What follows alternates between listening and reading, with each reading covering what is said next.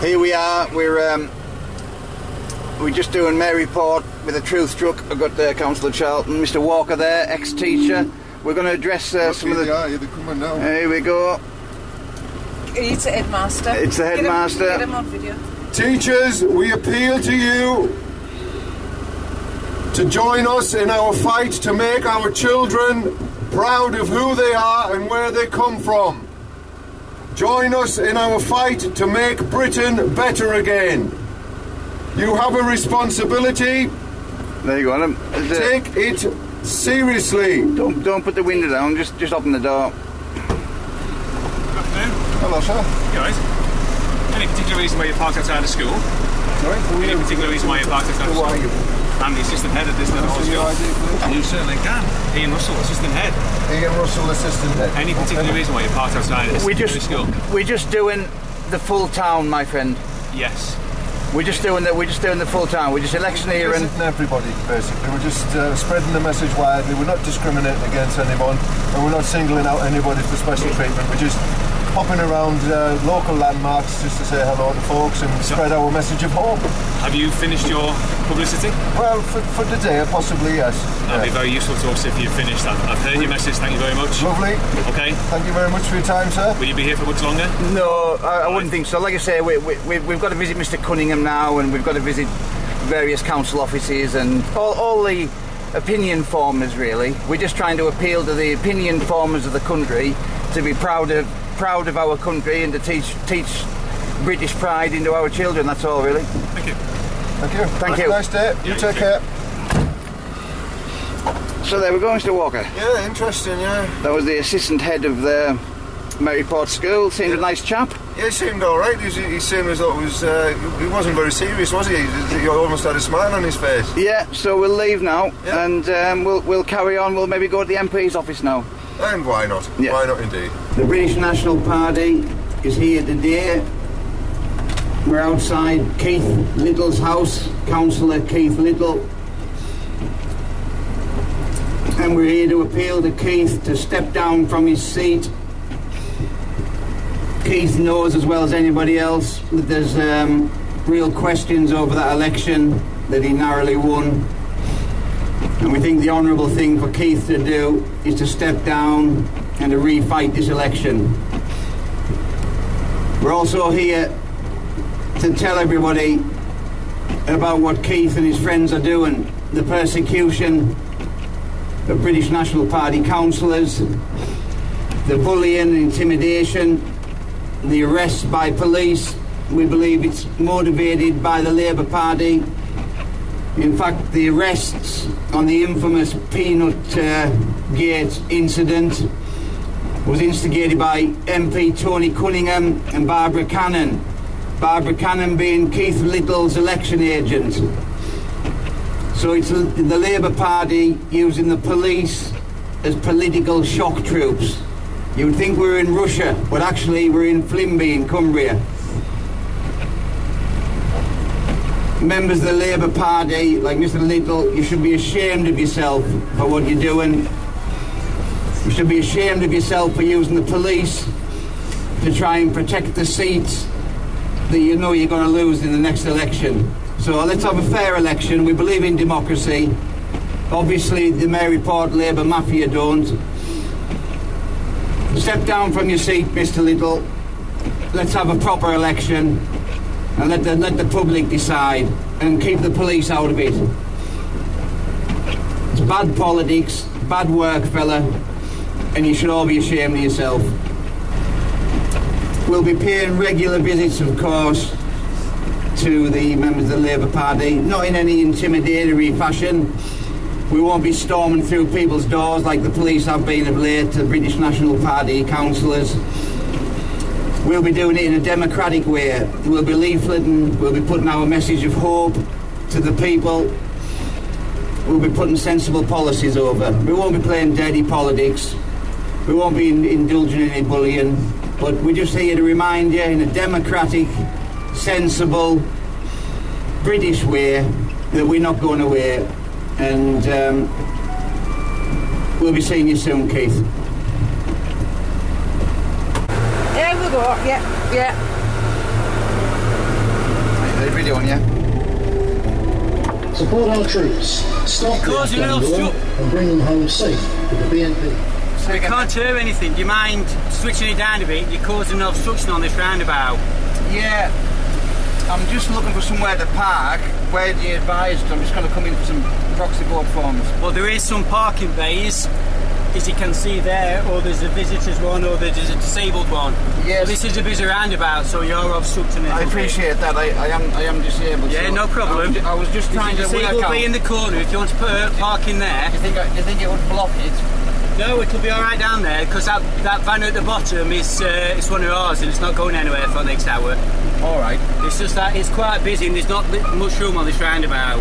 All right. Okie dokie. All right. Thank you. We're outside Allerdale House, the council offices, where the fraud was perpetrated, the alleged fraud in Dawn's election, and.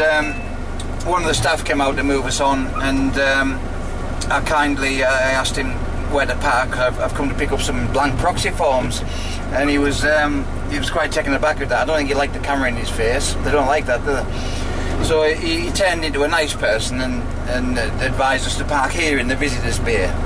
So that's what we're doing. Now we've also rang Tony Cunningham today, my MP, Dawn's MP. And the officers rang back, so we'll try and get an appointment with Mr. Cunningham now we're outside Allerdale House. So should we try that one, yeah? Clive, why are you ringing him? I'm ringing him to see what he's going to do, really. What, help, you mean? You're asking him for help then as your MP? Good afternoon, Tony Cunningham's office. Can I help? Yes, please. Is it possible to see Mr. Cunningham today? Is my MP? You won't be able to see him today. No, he's not. He's actually in a meeting now, and he's in tomorrow. But he's got a full constituency surgery tomorrow. Right. Well, I am one of his constituents, so can I come along tomorrow to his constituency? Well, we've got no slots. We make half-hour appointments, and it was fully booked. Who's calling anyway, please? My name's Clive Jefferson. Right, okay. Well, I can book you an appointment in with him, but it won't be till tomorrow. The only way I can get an appointment tomorrow is if somebody cancelled. All right. Well, I mean, sort of like the dentist. Ring up in the morning to see if there's been a cancellation. Well, you could do that, yeah. I mean, what we do is people ring up ask for an appointment, so we put them an appointment and he says somebody every half hour. He gives them half-hour appointments every half hour. Some people ring up on the morning of the appointment for whatever reason, and they may be poorly or they maybe just can't get cancelled appointments.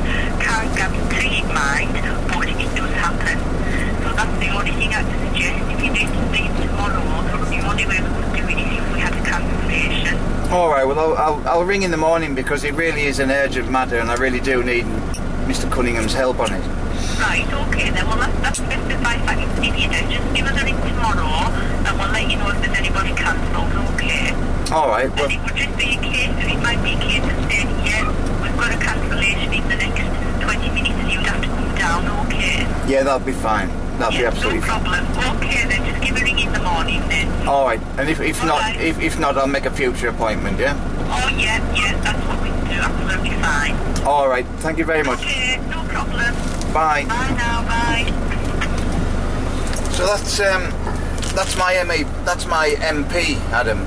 Dawn's MP as well, and it's quite an interesting one because the last time I had 12 stormtroopers come through my front door, and as did Dawn with the infamous Peanut Gate issue, it was Tony Cunningham, my MP, that instigated that charge. Did Mr. Cunningham make an appointment with you to do that? No, he just sent his shock troops. So you didn't have to phone in the morning to see if you had a half-hour slot free? No, he didn't ask for a half-hour slot, and the police didn't ring me and ask me to come down at 10. They just sent 12 armed officers, dog squads and tactical support to my house, and the same to Dawn's, and dragged us into Carlisle police station for 10 hours.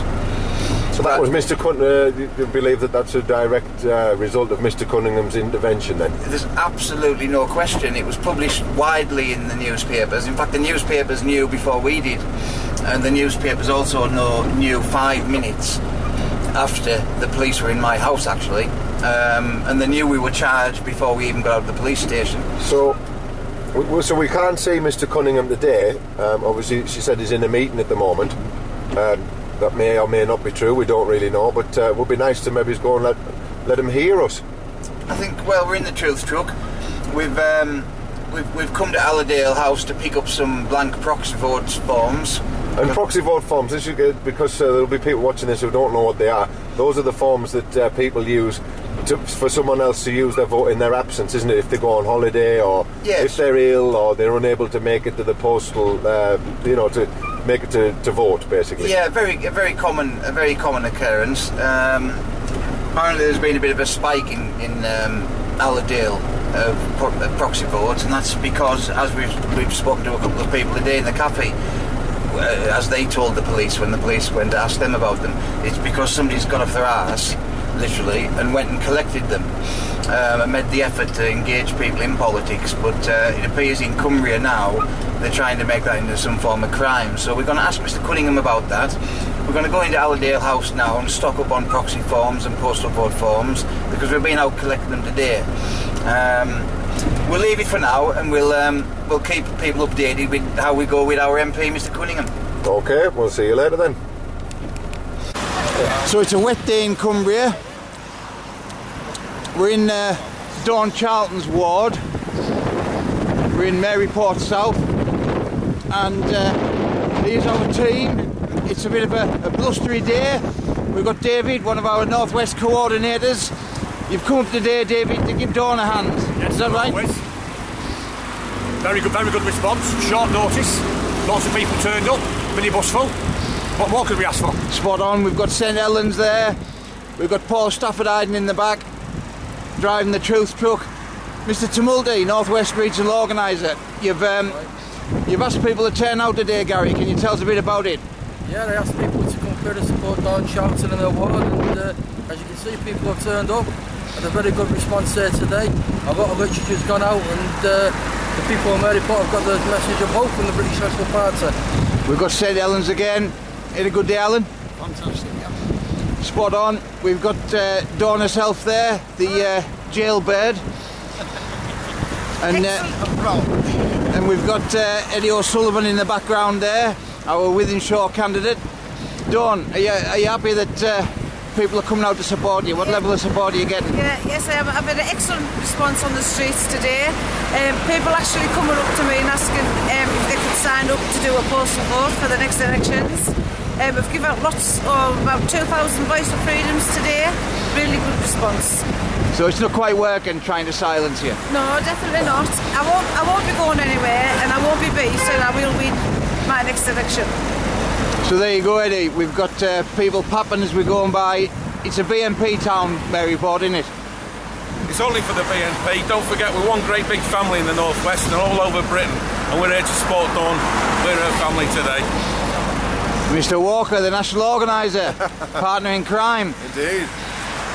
Tremendous response, Adam, isn't it? It is indeed, yeah. They say if choose your friends, you become what they are. So here I am amongst some good people, albeit some of them known as criminals.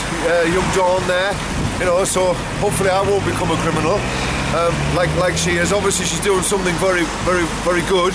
She's got the Labour Party on the run here, and they don't like that. Don't like that at all. That's what people's been saying to us all day. You got them scared, Dawn. Indeed. And in fact, they want to speak to me tomorrow, apparently. So it's Councillor Jefferson criminal as well in this investigation. Well, it's quite interesting, isn't it, that we live under this guise of democracy, don't we? When in actual fact it's not. I mean, this is the total fascist behaviour from our leaders and politicians here in Maryport. And if this is what happens when we're getting closer to winning councillors, then we expect to see quite a lot of it happening. But we've got thick skin, we've got broad shoulders, so bring it on, Well, I'd just from my point of view, it was a nice group shot. I'd like to thank the Maryport Labour Party for instigating another persecution, because what it does, it motivates us, it doesn't stop us, it brings us together, and I'd like to thank you all for turning out today. No problem. Thank you. All right.